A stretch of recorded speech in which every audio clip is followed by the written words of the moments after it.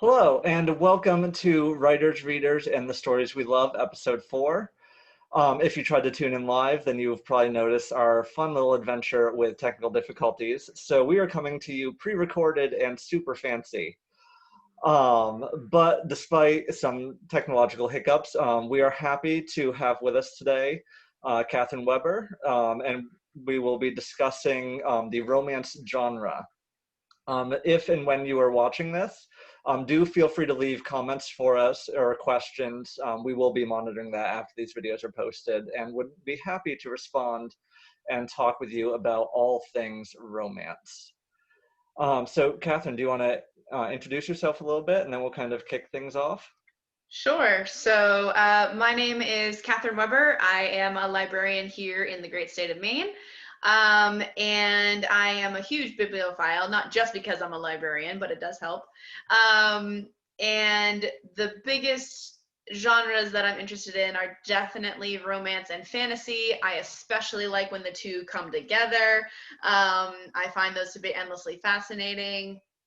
I'm sure as we get more into things, you'll discover the little nuances of things that I like about the romance genre in particular, which has, of course, a wide variety of subgenres to choose from. But I really was interested in helping out with this topic because it's something that I'm definitely passionate about. And Daien, I know we've done your and my intros on these before, but romance in particular, do you want to talk about your background? Sure. So I'm primarily a romance writer.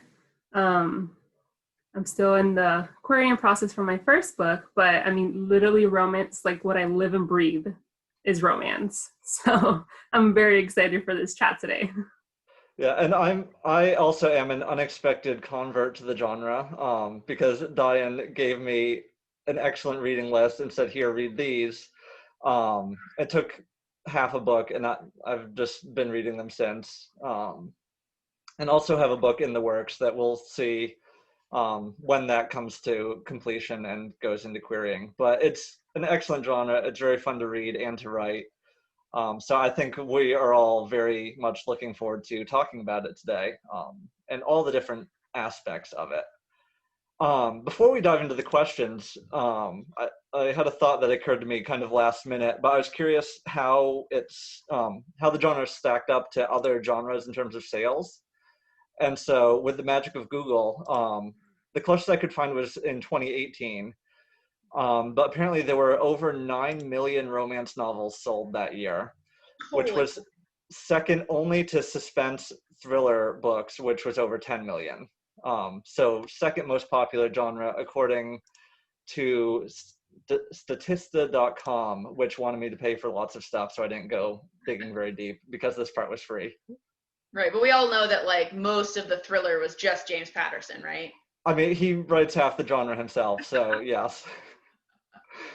Yeah, so on that note, and kind of knowing the popularity of it, and also just like the wide range from like Amish romances to contemporary to mafia to fantasy, like here, there, and everywhere.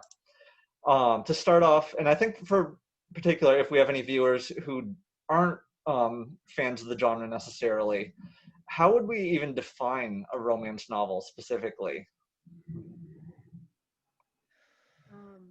The happily ever afters, I guess, is the best. I guess the one thing that is special or like specific to this genre that doesn't necessarily always apply to the other genres. Not that there's romance novels that don't have those happily ever afters, but I want to say like, I don't know, 99% of them have those happily ever afters. And again, like the plot basically revolves around the romantic relationship between these two characters, and like in a fantasy or a sci-fi, which might have romantic plot lines, but it's not like the main, storyline in that book. So I don't know, that's probably the closest. And you got all the butterflies and stuff when you read, so that's probably the closest I can get to defining what a romance novel is. Yeah, I mean, it's kind of tricky. I feel like the genre itself has changed a little bit away from the happily ever after, or maybe it's, those aren't the typical romances, because I know there's some contentious debate about whether or not it is actually romance if it doesn't have the happily ever after. But to me, if the romance is central to the story or the love is central to the story, then that is sort of what defines it for me. I think I probably have a broader definition in that, you know, I would consider there's a lot of like generalized fiction out there that I would consider more of a romance, even if it's not a like a romantic, like specific love story. I guess like to me, romance also includes love stories is a good way to put it. So, and I think that those are, you know, sometimes more interesting depending on the characters and everything like that. I'm a huge character person, so it's for me. I think that's really why I'm drawn to the genre, is because it is so character focused. Like you could put these same two characters in any setting, and it would be the same sort of like love story. And I think that's what's so really like fascinating about the genre as well.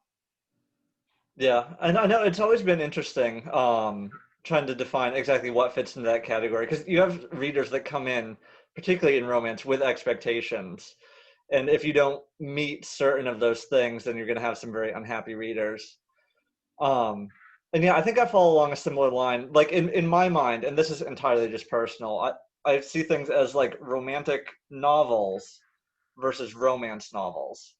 And I think part of that distinction, just in how I think about it, is either the happily ever after, the happy for now, but like they end up together in some way by the end, versus you have stories where like somebody dies at the end, or like they have a romance but it ends with them breaking up. And like it's a romantic storyline, but for me, I keep those separate from like category genre romances, because it's breaking out of that kind of the promise of the ending. And so like they're very similar, but I put them in separate categories kind of for myself. And I know that like some readers agree and are very strict on how it has to end, and others don't necessarily feel that way, which is all fair. So Yeah, that's one of the most interesting parts about doing readers advisory at the library for like romance readers, is like you sort of have to dive into like how much romance do you actually want there to be? Do you want it to be like a romantic plot line within something else? Do you want it to be central to those characters? Do you want it to be about like different characters all falling in love at the same time or throughout a time period? Or like how much sex do you want in the books? How much, whatever the case may be, and sort of diving into that can give you a really fascinating look on like a different people's definition of the genre, which is really interesting. yeah, and the genres and then the subgenres keep expanding as well. I know as I've cataloged books at library and stuff, I see more and more like epic fantasy and romance together. And they're definitely romance novels, but it's like stronger and stronger other elements are coming in sometimes alongside them. On the grander scale. Yeah. um okay, so kind of going off of that, and this makes it a little bit more personal, when you or I are picking up a romance, like what keeps us coming back to the genre? What are the things that like we really enjoy about seeing that? Tough question. It's like how do you like narrow it down to like, I don't know, a response? Again, I think it's that like probably because I prefer contemporary romance over all other types of romance. Though I do love my paranormal and like my fantasy romance and stuff like that. But I think at least as far as contemporary goes, I think it's just something that like, I don't know, for me it's you can kind of like see yourself in that position as like that character, versus like if I'm in a fantasy, we said we weren't going to talk about masks, but like if I'm trying to imagine myself in like Aylin's shoes, like I can't, because that would absolutely never happen to me. But with contemporary romance, I'm like, I guess there's a small chance that like I could meet the like, love of my life in a bar, or like, walking down the street or something. And it's, I don't know, it's more relatable, I guess. And I don't know, I like the books where like the characters are really strong and have these like the personalities, and they have that like banter going back and forth, and it's like it's a good time. Like I know chances are I'm probably not gonna be throwing the book across the room because my favorite character died, or they're going through something like super traumatic that they can't recover from. So it's just, if I pick up a romance novel, I know I'm gonna end with like a smile on my face, hopefully, fingers crossed. So I don't know, I think that's why I personally like picking up those romance novels time and time again. It's a good time.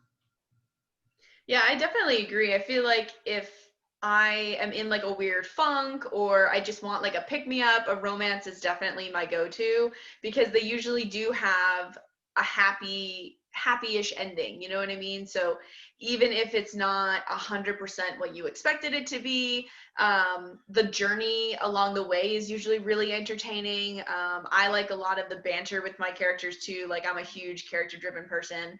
And so I love the back and forth, and that definitely keeps me coming back. Like if I pick up a story and I'm just like, oh, this character is a jerk all the time, or is like over the top, like sassy, and it's just annoying to me, or if I'm not connecting with the characters, then I'm done with the book. But most of the time when you're picking up a romance, the characters are usually drawn to like each other, and you can see some sort of reflection of yourself in them, which is really important.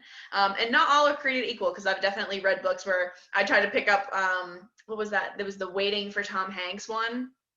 Yeah. And I tried to read this book, and I got like 20 pages in, and I was like, I like nothing about this character. This is like a total cliche. And it was just not what I expected, which was really frustrating. And I think it has to do a lot about like the situations that they're in, and things like that. But for me, it's I want a feel good story, and even if I'm okay with the bittersweet ending most of the time. Character death at the end is a little aggressive for a romance, in my opinion. But I'm okay with a little like struggle, or if someone else, like a side character, dies along the way, and you see the characters trying to deal with that either separately or together. I don't mind a little bit of that in my story, because for me it's all about the journey, and then I know sort of how it's going to end, but I like watching the love story unfurl. I think is probably what it is. I like to watch it develop over time and come into its own. Yeah. No, yeah, I think I agree with both of you. I think like the characters are such a vital piece of it. And like we all know, romance kind of struggles sometimes to get that same respectability in genre. But honestly, like as I've read across things, the character work that romance writers need to do to pull off these books is like far and above what a lot of other genres do. And so like really to understand and see how people write good characters, like romance is a great place to go for that, for exactly that. Like it brings you into their shoes, and like if you're not experiencing it along with them, then the rest of the book is going to struggle to achieve anything, because you have to be rooting for these people by the end of it. Yeah, you definitely can't be hating the characters and still want to finish the book. I've read a couple where I was rooting for them not to be together at the end. Even though I knew that that's where it was going to end up, I was like, you two are not right for each other. And so that's an interesting kind of point to get to, and thinking about why I felt that way over the course of watching that journey unfold. But I know for me, I've got kind of this working semi-developed theory about the genres, that each genre has kind of like one core idea. And so like horror is about empathy, because if you feel no empathy for these characters, then you're just laughing at them like running away from monsters or whatever. And so for romance, to my mind, romance is always about hope, because like as you're reading these, like there's the breakups, there's the deaths, there's the traumatic pasts, but the promise of romance, and Daien, like you were saying, is that no matter what happens over the course of it, things will be better by the end. Yeah. And like that's that thing that the genre guarantees, is always believing that things can be okay. And I think that's one of the reasons it's such a comforting genre, whether it's like the darker ones or the very kind of light, fun ones. Like you can go through that knowing like happiness and love. There's light at the end of the tunnel. Yeah. Exactly, are on the other side of this. And I think that's a great thing about that, to have a genre that promises that. So even if it is bittersweet at times, like you can still get there. Yeah, because you know you're not going to always get the happily ever after when you're reading other genres. Horror, fantasy, there's just people dying left and right, it seems. I learned that the hard way when I think it was, I don't know, high school, whenever Divergent came out and that last novel came out. And I swear when that character died, I was like, no. I did not believe it until like 5 chapters later. And I was like, it's impossible. Like there's no way. It's impossible. She's not dead. And that was like the wake up call that like, oh.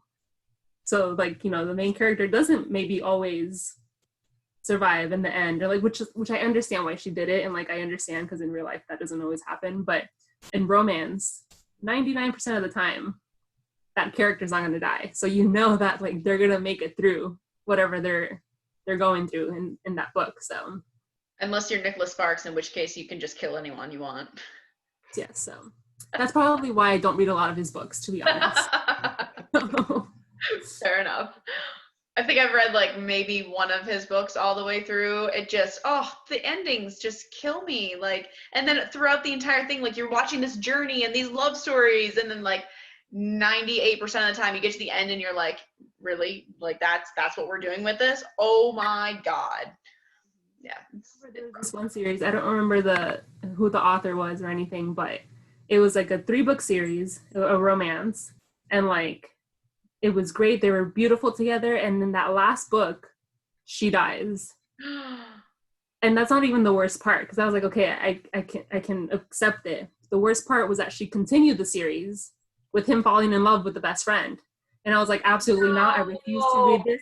I haven't read it because I was like, I refuse to, like, you put me through 3 novels of falling in love with this couple, and now I'm supposed to accept that she's gone and he's now in love with. I was like, no.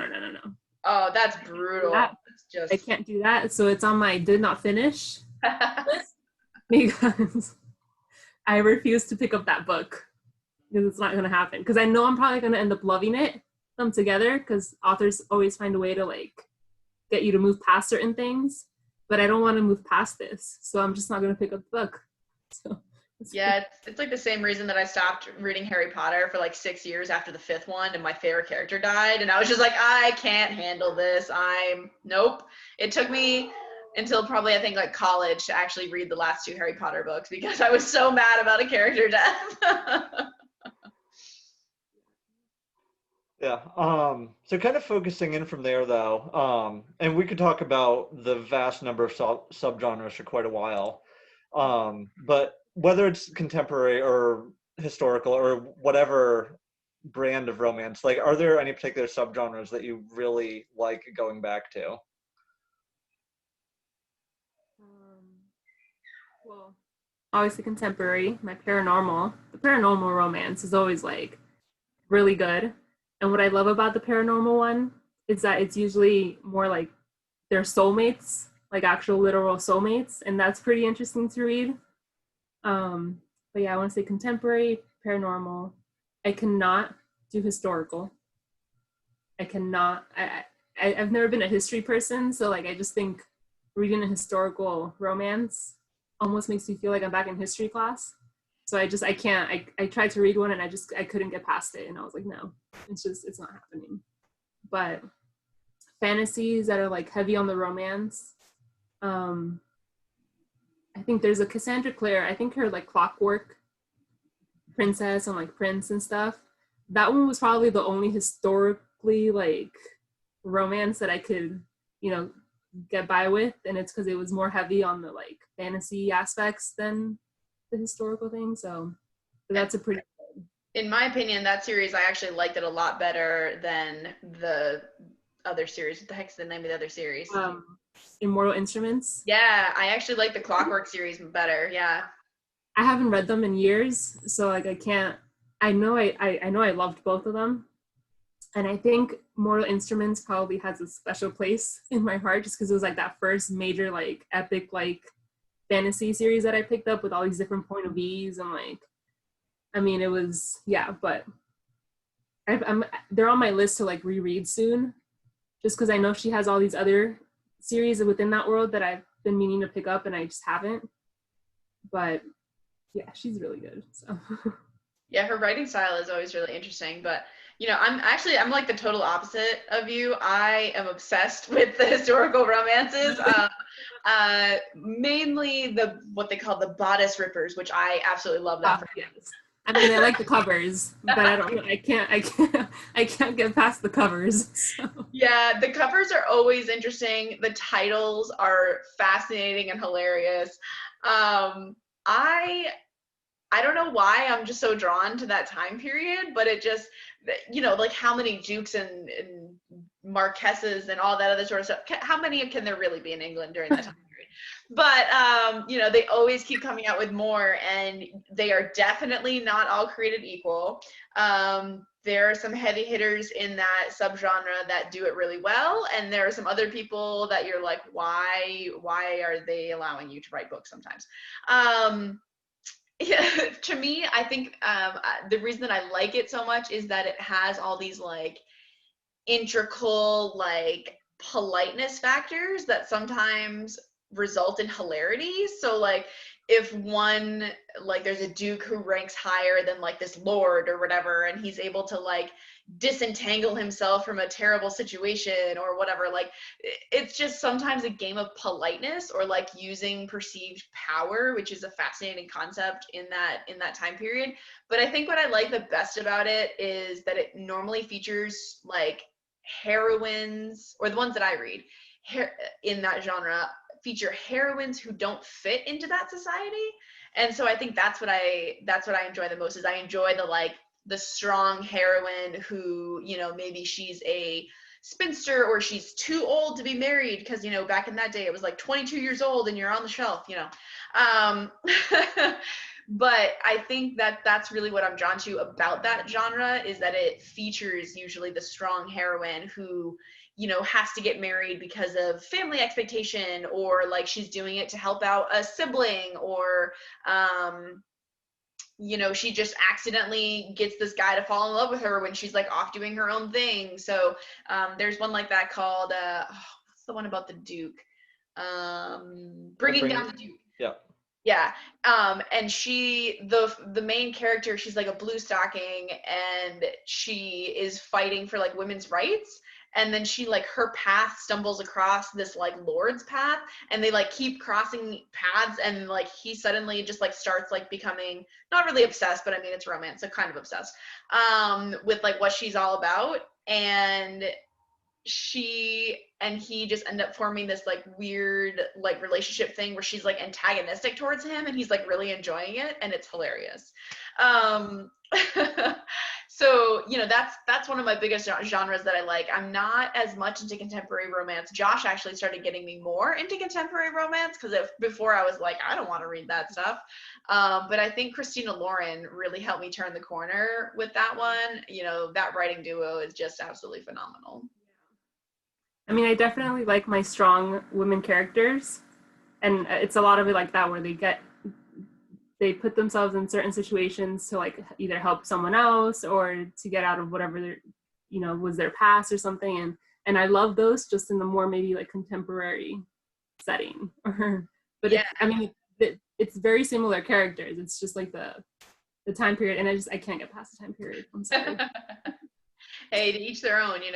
I think that's one of my biggest draws for the genre, though, is it has to have a really strong female character. Otherwise I'm just not interested. I just don't really care for the damsel in distress thing personally. Yeah, and I've read mostly the contemporary, and even then it hasn't been as much of the subgenres, because I know I've read like I think one mafia one, a couple college ones, and like some of the specific settings. Did you want to talk about the mafia ones? No. The mafia ones are like I think recently, maybe in like the last year or so, is when I started reading some of those, and like at first I was like, there's no way I'm gonna like this, because I had pictured that like, I don't know, these like patriarchy, kind of like, I don't know, that's what you assume the mafia is most of the time. And these books turn out to be like, these women are like so badass in these like mafia books, And like, again, it's some of the things are kind of ridiculous where like, I'm like, I wonder if that's actually how the mafia works, or if it's just like, you know, how we assume the mafia works. Because again, there's like, you know, murder and like people disappear and all this stuff. And like the women are just kind of okay with it sometimes. And I'm like, I wonder how I would react in that situation. Like if my like boyfriend came home with like blood all over his shirt because he just killed someone. And she's just like, oh, here, like, let me just wash the t-shirt. Like, oh, it's fine. The head of the mafia, it's fine. And it's like, I don't know. It's weird that they're so good, you can't put them down. So, but yeah, the mafia ones are good. You should probably check those out. Yeah, well, I think I started with one that made me really angry, and so I think that sidelined me. And That was probably the one that I gave you. That also made me very angry, but I couldn't put it down. So. I don't think it was actually. But there was one that I remember texting you about it like every 2 seconds.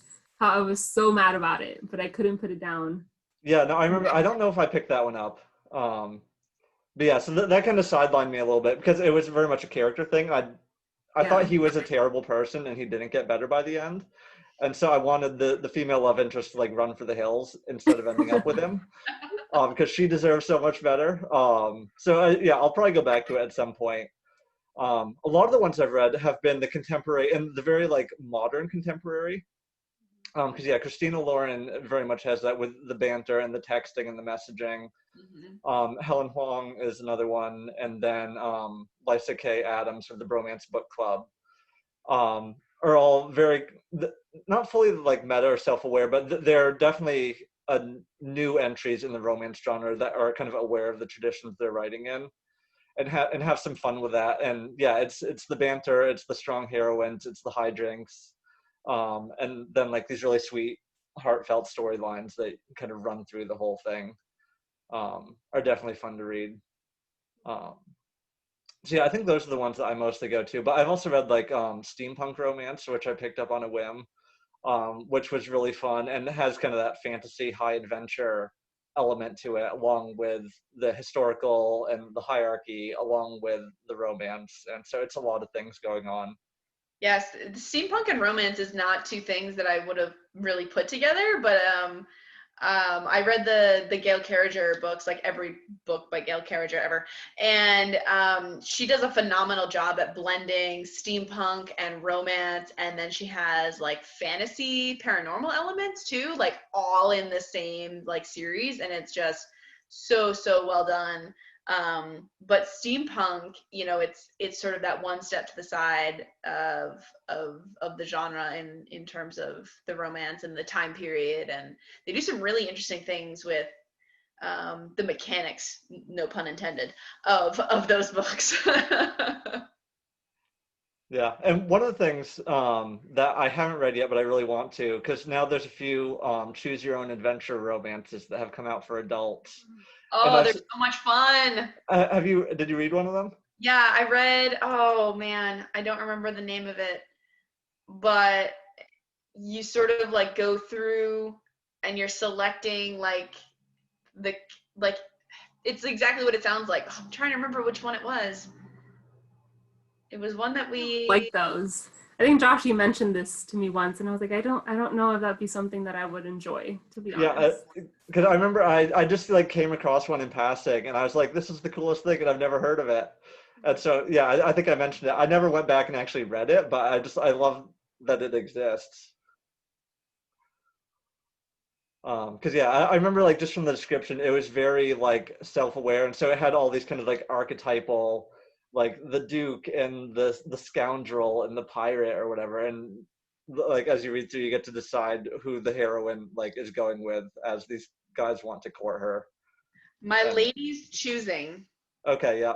That's the one.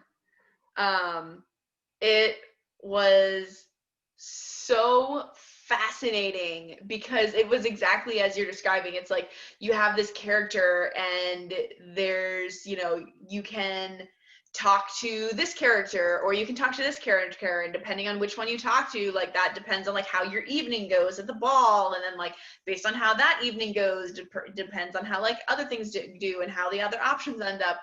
And I read it a couple different ways and then discovered that there's like a couple like two of the ways ended up with like the same ending, and then like a couple of the other ones that each had different ones. And it was really well done though. It was highly entertaining, it was scandalous, and it was, you know, definitely that typical like Victorian era romance type thing, but done in such a way that it wasn't really, I mean, it also had like werewolves and pirates and Egyptian artifacts and like all kinds of like crazy shenanigans. Because of course.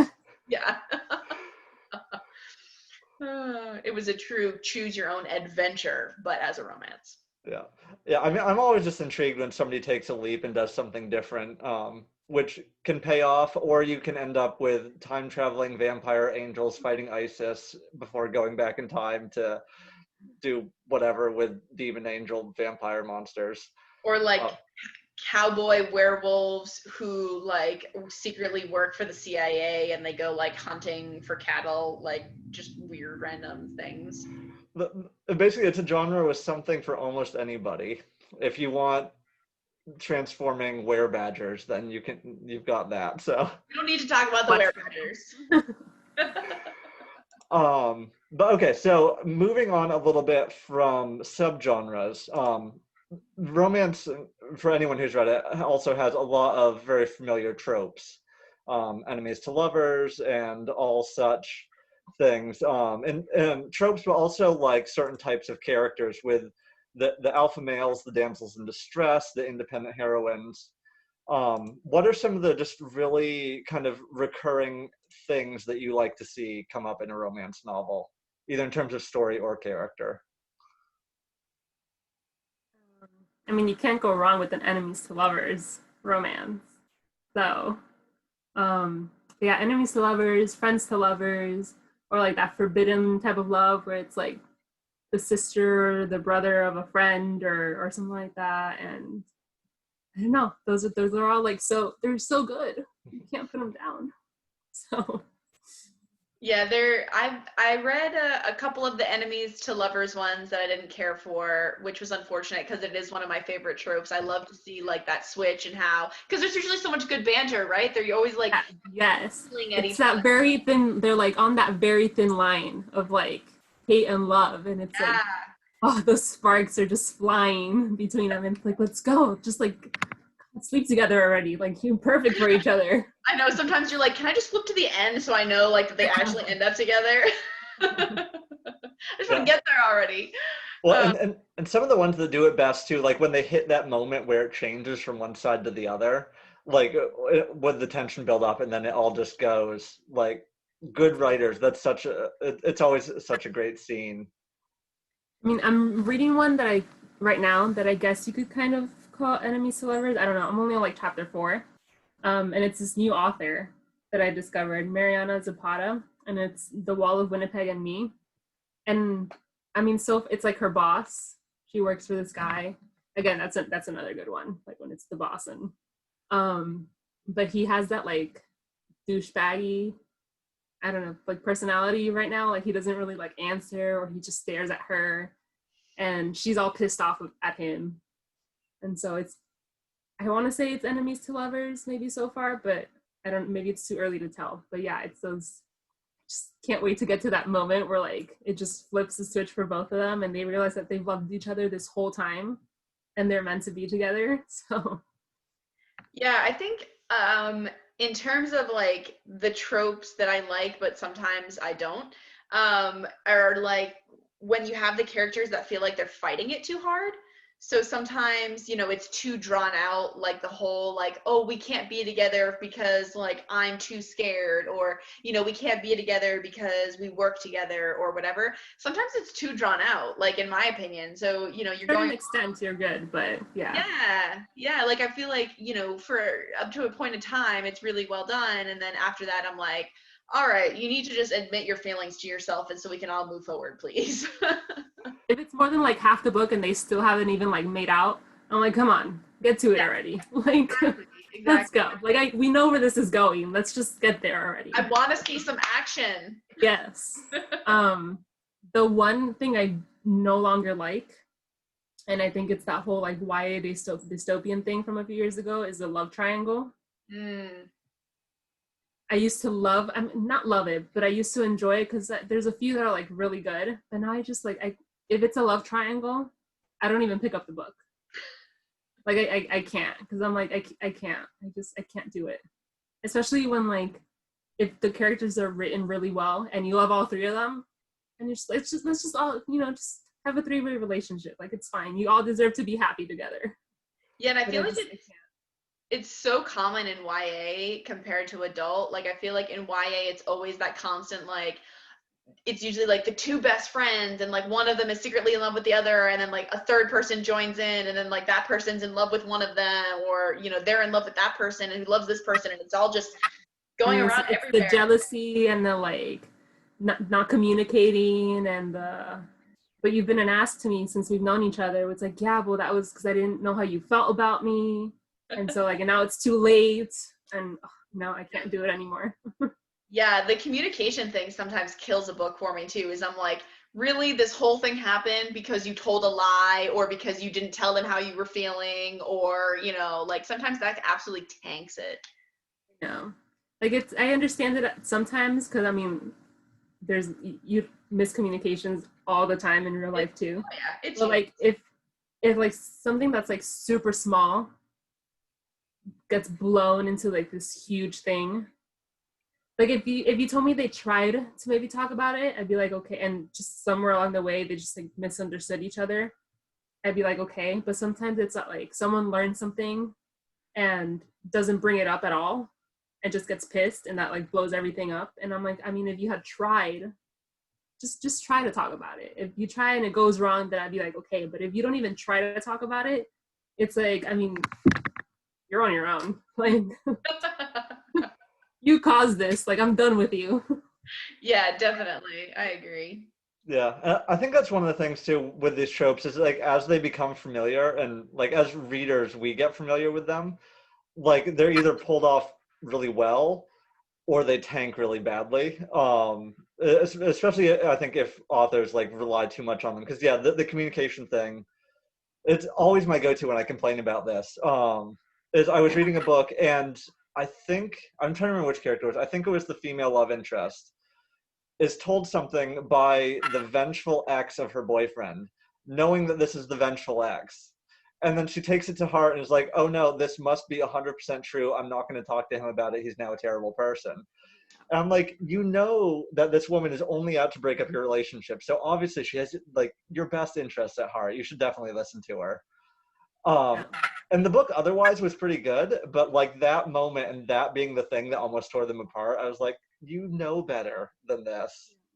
Like, I can understand that affecting her and like make her start questioning some things, but to not even like bring it up to Exactly. him, it's just it's like, no.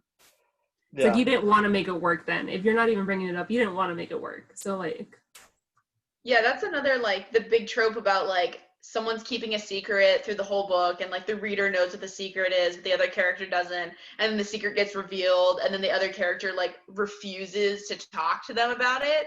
And it's so frustrating because I'm like, there didn't need to be a big thing. Like, you could have just had a conversation like a mature adult, but instead you stormed off like a child, and you just like shot yourself in the foot. So like that like last dramatic moment or whatever, like I'm kind of just over that. Like, if it's fine if there's like the big reveal and you're like hurt by the secret, but can we just talk about it? yeah. Yeah, and it's funny because like I've seen these exact things go both ways. Like I read some and it's such subtle things sometimes in how like the situation plays out or like the character overhears that thing. And so, some authors can write it and like you, with everything you know about the character, you believe why they react that way. Like it totally makes sense that they don't talk about it or they try to and it fails or whatever. And then somebody else writes that scene a little bit differently and you're like, you are so stupid and I'm upset with you. And it's the same thing, but depending on like, do you handle that right? Do you sell the character believing that thing? Can make or break the book. And it's interesting just seeing that play out in different ways. I mean, I've used the miscommunication thing in my own book. Yeah. So. Well, no, I'm thinking yours is one where it works. Okay. But I feel like miscommunication is different than like refusing to talk about something. Like it's one thing to like miscommunicate, or like you hear something from someone and then like it confirms something that you believe about that character or whatever. Or like the character overhears something that confirms belief, I guess. I think that's a little bit different than just like straight up refusing to talk about something when it's revealed. And sometimes for certain characters, like it works. And then other times, you're right, Josh, it's just like, can you just stop like being a child? Yeah. I know one of the other things for me too, kind of goes back to, I mean, we could just talk about like masculinity in romance novels, like the alpha male thing, but particularly the enemies to lovers. Because I've read, again, some that go both ways, where like that thing where they're at odds with each other. Sometimes it's entertaining to watch where like they're both bickering and stuff. And then sometimes it crosses the line where like one or both of them is a terrible person. And like trying to sell that redemption arc, like it sometimes is doable depending on the backstory and stuff, but like the worse somebody is, the harder it is to kind of sell that comeback. And there's only been a couple that have really kind of pushed me off, where some like usually the guy crosses the line in some way, and I'm like, you need to like go deal with your own issues before you kind of move on with any of this. But it's yeah, another one of those kind of interesting trope things, like how far can you push that and still sell the romance piece?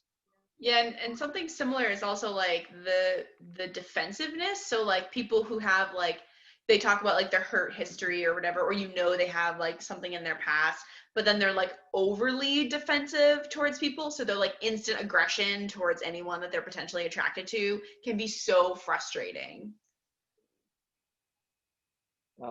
Yeah, and I mean that all goes kind of back to the characters, like we were talking about. Like if you can sell this character, like if the reader invests in it, then you can make almost anything work. But you have to be able to pull that off, if you're going down some of those routes.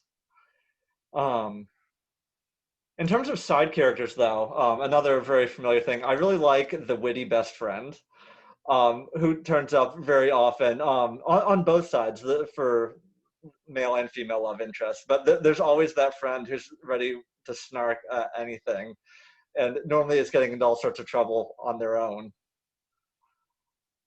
I love those characters. Yeah. Those are usually like the romance novels have some of the best side characters. And I know lately it's become a thing where they're not, I forgot what they're called. They're standalones, but they're in a series, and it's like the next book covers that side character that you had fallen in love with in the previous one, and then it just keeps going on like that. And I went through a phase where like that's the only thing that I would read. Those books, I would not read a single like standalone. I wouldn't get any other stories. I would have to read those series just because like you just fall in love with the side characters, especially in contemporary like romance. They're so strong, and they're always the one that the character goes to whenever everything blows up. So you see how like they handle things, and those characters are best. Like the witty, the snarky ones, the sassy ones, the ones that are like there to like go and like they're like, okay, how big a hole are we digging? So. And they're like the ones that will always call the main character on their shit and just be like, what are you doing? Yeah. Like, what do you mean? And talk to each other. Go talk to each other. Right. Exactly. Yeah, no, I'm a total series person too. And so I can completely relate. Like when I first started getting into romances, that was the only thing that I would read too, is I would read the ones that had like the next book is about this character that you met in the first book. And like, I totally love that, because then you have like this whole group of people who suddenly you have all their love stories that you can appreciate. And I just love it. It's fabulous. Yeah. That's been one of the fun things about the bromance book club, is like all the guys in that club are the snarky side character, because it's this club where they read romance novels in order to understand women. And so it's sort of like a self-help group, for support group for men. And so each book is one of them having issues, and so it's this whole group of men like waving romance novels and telling them everything that they're doing wrong. Which is just such a great setup to play with the genre, but also just like all that back and forth banter between the different characters is really funny to watch.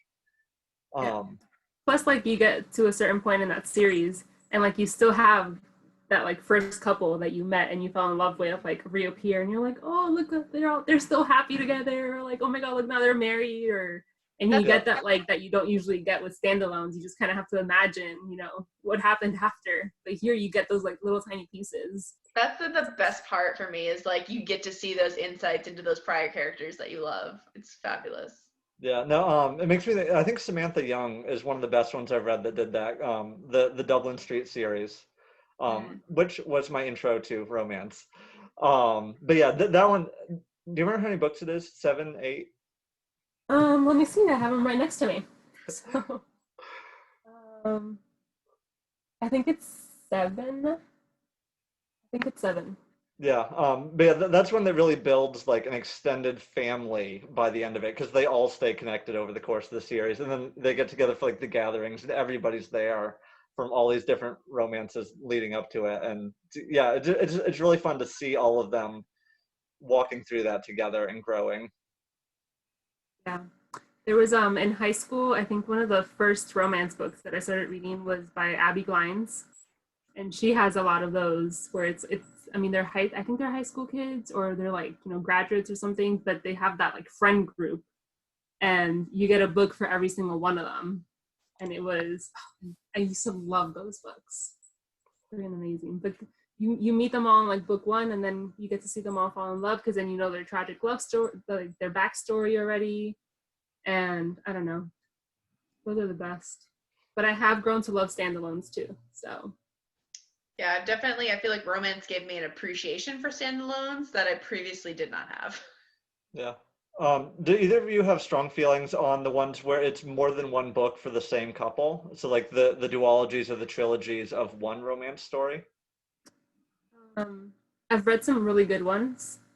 There's one by, I want to say Jennifer Armentrout, when she writes as Jay Lynn. I think it's a duology. Um, and they're usually really good. Sometimes I don't want it, because book 1 usually ends with them already happy and together, and I'm like, oh, another book means that they're gonna get into a fight and they're gonna like break up again, and we're gonna go through all this all over again. But if you like, if the characters are really well written, then I'm like, I don't care, I just want more of them. So I'll read that other book and go through all the emotions all over again just to get a little more. Yeah, I don't think that I've ever actually read a series or duology that has the same character couple. I think the closest is Nora Roberts has a series. It's a fantasy paranormal romance series, and you meet like all the characters that are going to be the main characters in the first book, and like in each book a different characters fall in love, and throughout the first 2 books there's these 2 characters that end up being, you know, the couple that falls in love in the final book, but you get to see them and how they interact a lot in the first 2 books, and then by the time you get to the 3rd one you're like chomping at the bit to like find out what happens, because they don't like hate each other, but they like mutually respectfully don't appreciate each other. it's Those are the best. yeah, Yeah. they get along professionally, but like on a personal level they have like some history stuff, and like she did a really really good job with it, but I think that's the closest that I've ever come to reading something that has the same couple in multiple books. Yeah. And part of the reason I ask is I think I've seen them around more than I've actually read them myself. Because yeah, sometimes I'll look it up and realize it's a 2 or 3 book series, which is always kind of just an interesting decision in the genre. Um, Going off of some of the tropes, and I know we touched on non-traditional endings a little bit earlier on, but are there any things that you've seen kind of shifting over time as the romance genre develops that either you're happy to see, or maybe things that are going the way you don't quite want to see? Because Catherine, I know you mentioned like the happily ever after versus the happy for now. Yeah, I mean, there's a lot of things that I think have been changing throughout the genre. So in particular, I've noticed that there's a lot more like non-traditional family components. So whether it's, you know, like the widow or the widower has always been pretty common, but now I feel like it's more common to have like a widow with kids, or like a single you know, mom who just was never married or something like that. And having those characters represented, I feel like has become more common, and I really enjoy that. And also I enjoy endings that don't necessarily have like an engagement or a marriage as the final sequence. I think that it's really important to showcase that maybe that's not the right choice for everyone. Maybe it's just we get to end up together and that's enough. But I think that that's something that's definitely been shifting, which I really definitely appreciate. Yeah, I agree. And when it comes to the whole like happily ever after versus happy for now, I mean, personally, when I say happily ever after, they just end up together at the end of the book. And I like to imagine that it's forever, it's the ever after, but who really knows? But yeah, as long as they end up together in some, whether it's boyfriend, girlfriend, or they're engaged, or I don't know, that's my happily ever after for them. Like that's it, their end game. Yeah. Yeah, I know for me, one of the things I like seeing is some of the representation changes. And representation in romance is a whole conversation that's ongoing.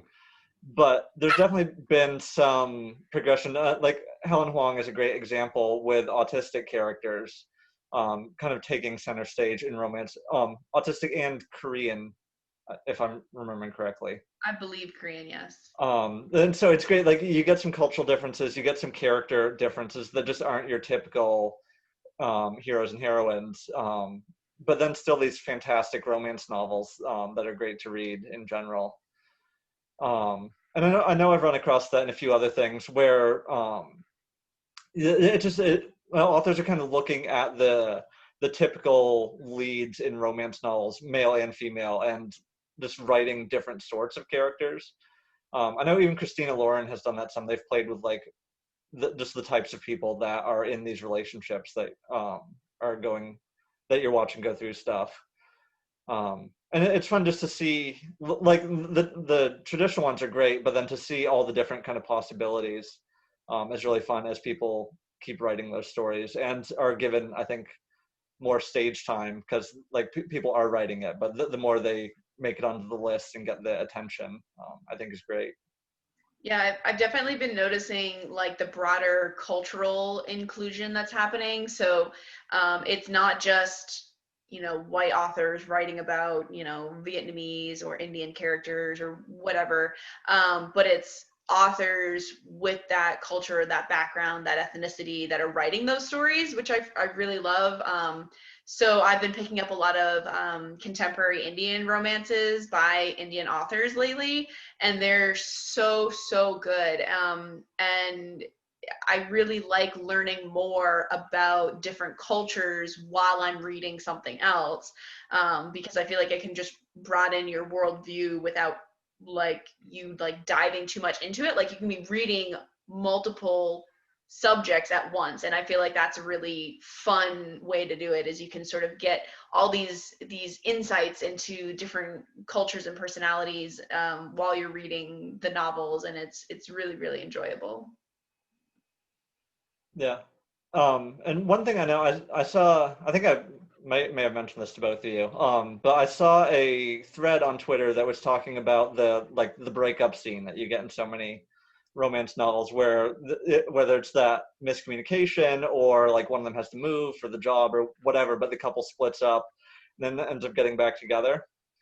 And the thread was basically talking about how sometimes at least that can undermine all the work that's gone into the relationship so far, where like they've gotten so close, and then the fact that they can break can be a disappointment to the reader that they didn't stick together and make it through that. And so the thread was kind of wishing for alternative kind of climaxes to romance novels, like some other way of doing that, which I'm intrigued by, and I'm curious to see what authors do with that. But at the same time, it's hard to think of alternatives. So not necessarily that they break up, but like if it's not tension between the two of them that at least risks them separating, then like what else is going to be the driving kind of dramatic force in that story? And I know some of like the Amish historical ones, like there's the evil uncle who wants to take the land and kill the boyfriend or something. But outside of that, like I honestly don't know what some of the alternatives would be. But I'm intrigued by the possibility, at least, of what that could look like. I feel like it might be maybe like a little easier in some of these like subgenres, like paranormal. It's like something outside of the relationship that tears them, apart momentarily or something.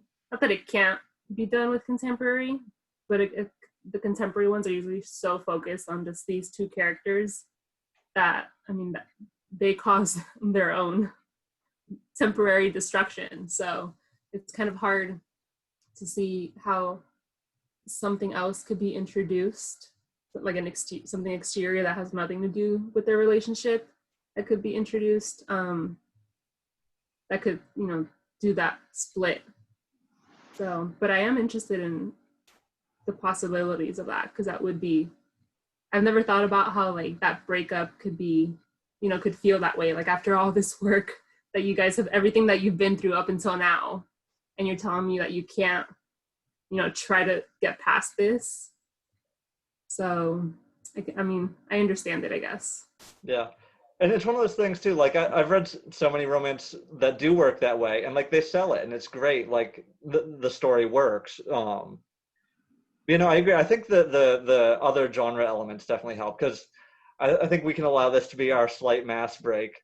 If you look at Sarah J. Maas, right, like the couples, when she finally settles on the couple that's going to end up together, like once they're together, like they're there, and it goes back to the soulmate idea that they're paired, they're mated, and the tension is rarely, if ever, them threatening to break up. It's always like whoever the villain is that is probably threatening to kill one of them and destroy the world.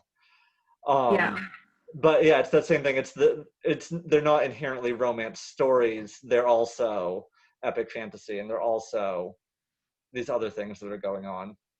Yeah, the soulmate thing reminds me of what my mom used to say when we were younger, and it was that like it's easy for you to break up when you're just like boyfriend girlfriend, but if you were married, you try to put more work into it so that it doesn't end in that split. And like with soulmates, at least in all these like fantasy and paranormal thing, it's like there's really no way out of it. It's not like you can divorce the soulmate in these books. So like I can see how like in those it's always something exterior that splits them up, just because I don't know. Yeah. It just reminded me of that just now. Throw some holy water on them, spin 3 times to go away. Or it's like the human of the relationship, if there is one, is often like scared off by something, or is like threatened by someone, and so they run, and the other person, the supernatural creature or being, is like, what happened? Like this person was here and now they're scared and they've run off. And so sort of playing with the like exterior ones. Or so I'm a huge Pride and Prejudice person. Like I will read every Pride and Prejudice remake pretty much ever created. And in Pride and Prejudice story, they have the break is like at the beginning, right? So like in the traditional Pride and Prejudice, it's always they meet and they don't really get along, they don't really like each other, and then of course we all know Mr. Darcy falls in love with Elizabeth, and then she's like, what are you doing? Hell no, get the hell away from me. And then later on they sort of are each coming to their own feelings, and how that develops is really interesting. So like I think depending on where you put like the types of breaks or like how it's being interacted can really make a difference, because in that story, it happens towards the beginning, and then they sort of come together separately to the same conclusion, which I always find really interesting. And in all the remakes, they do it in a slightly different manner, and it's really, really well done. But some of them still do have that secondary fight where they're like, they hate each other again, and then they like get back together. So they do some really interesting things with those. I saw the zombie version, so they had to go fight the zombies at the end, and that was the big threat. So that's the big team up right there. That's how they fall in love, with that bridge blowing up and all those shenanigans. It happens. Okay, so as we're coming up on time, as for our last question, if somebody has not read romance, or at least has not had a good experience reading romance, and you were going to recommend 1 or 2 books and or authors to them to kind of win them over, who might that be? I would just tell them to go on my Goodreads account and look at my romance shelf and just do that. But I guess I can't go wrong with Samantha Young. That's who I recommended to Josh first. But there's seriously like so many good, at least contemporary authors. You have Samantha Young and like Jay Lynn, and I'm trying to think, Samantha Tao and like Elle Kennedy or Kennedy Ryan. And the new book that I picked up today, I've never read her stuff before, but I was a chapter in and I was like, ooh, I'm gonna like you.